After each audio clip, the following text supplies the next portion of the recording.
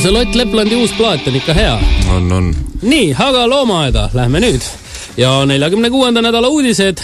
Novembri pimedust aitavad rõõmsamaks muuta loomaaia Fasanaariumi inkubaatoris koorunud 2 argusfaaseni tibu ja pühapäeval 13. kuupäeval sündinud emane Ameerika piisoni vasikas, kes on siis ka Fasanaariumi inkubaatoris, ma saan aru, selle uudise järgi.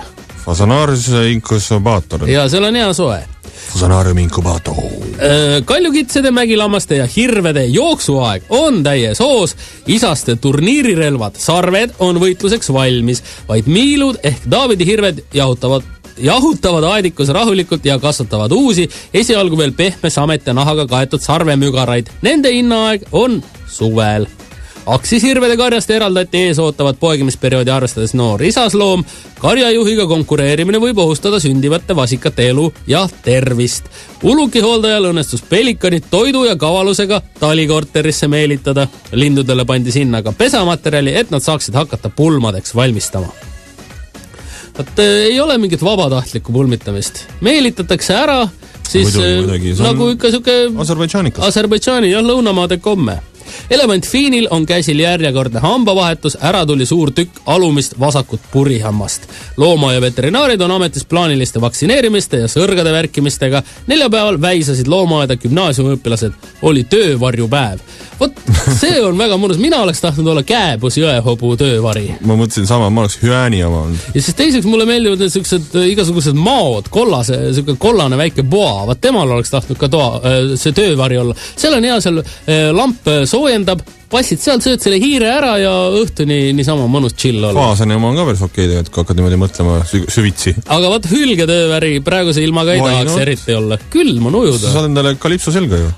Hülgenahast kalipso. Jaa, visatakse räime ja muid merikilusid sulle. Jaa, tegelikult võiks mitte. No, mul tuleb, on kõik. Ei ole, kus sa sellega. Lihtsalt tahtsin sellest töövarjupäevast natuke jutelda rohkem. Maailma loomaaedade akvaariumite assotsiatsiooni WASA andmetel külastab maailma akvaariumite assotsiatsioon. WASA. Külastab siis maailma loomaaedu ja saab osa nendest pakutavast keskkonnahariduslikust selgitustööst rohkem kui 700 miljonit inimest aastas. Looduskaitselisele tegevusele kulutavad maailma loomaaed ja akvaariumid aastas ligikaudu 350 miljonit USA dollarit. Väga vajalik informatsioon looma- ja uudiste sees, tuleb tunnistada. Ma hakkan vaatama nüüd akvaariumite peale, kas seal on USA, et väikene klepekas USA poolt siis tunnustatud akvaarium või taadeldud akvaarium. Taadeldud, ja loomulikult. Ja lõpetuseks veel nii palju, et Tallinna looma- ja looduskaitselises tegevuses on eriti olulisel kohal Euroopa naarits ja Amuri leopard. Mina lugesin üks päev selle Turovski raamatut Loomult loom ja seal soovitan kõigil lugeda, see on väga tore, seal on selliseid hästi palju huvitavaid asju, mis nagu natukene nagu tead sellest, aga pole nagu kunagi nagu süvenenud sellesse ja sealt tuli nagu nii palju huvitavaid fakte. Näiteks mina ei teadnud seda, et see muflon, mis on iseenesest väga toreda looma nimega loom. Suur sõraline on. Ja, selline suured sarved, et tema hüppab kuristikku umbes sükene, ikkagi mingi 30-50 meetrit pea ees ja kukub nagu peaga vastu seda ja siis põrkab tagasi ja põrkab nagu pingpongi veel pump alla välja. Ja irbis ehk siis lumeleopard hüppab nurga taha, oska hüppata. Ahaa, väga hea.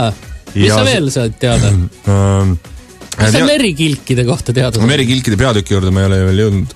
Seal on hästi segamini kõik asjad selles kõikidest loomadest, aga näiteks üks huvitav asi see, et on teatud fakt see, et mingid need lemmingud, väiksed närilised kogunevad kokku ja siis öeldes, et teevad siis nagu enesetapu. Aga sa tead, miks? No sellepärast, et lihtsalt on mehi liiga palju ja ei pääse igaüks löögile.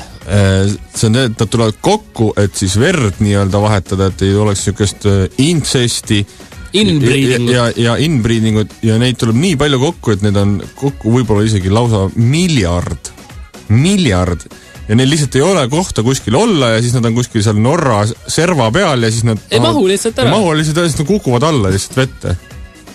Ja miljard kuni võib neid kokku... See toimub iga mingi 8-10 aasta. No siis senikaua siis nad koguvad jällegi ja saavad... Mulle meenub, kunagi oli vanasti arvutimäng, siuke lemmingud, kus oli ka mingid tohutud möllud käisid. Aga siia lõpetuseks ma teeks väikse laulu loomaiale ja... ma räägin ühe loomauudise veel pärast pole edasi. No räägi ära.